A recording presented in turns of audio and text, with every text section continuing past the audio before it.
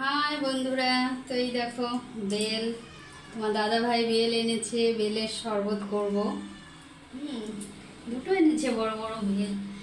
এই দেখো, তো একটা করব, মানে শরবত করব। এই গরমে না বেলের শরবত খাওয়া খুবই ভালো, উপকার শরীরের পক্ষে আর কি। তো বেলের শরবত করব। দেখো,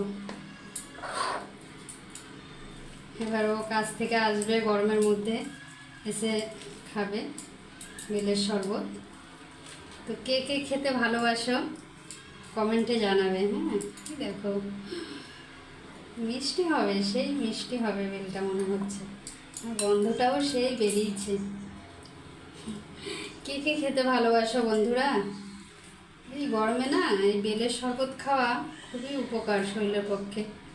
তো এই দেখো, ভালো করে চামচ দিয়ে এভাবে মানে তুলে নিই, ভালো করে চটকিয়ে এটাকে চিনি দিয়ে আর ঠান্ডা জল দিয়ে শরবত করব, ফ্রিজের দিয়ে খেতে হবে।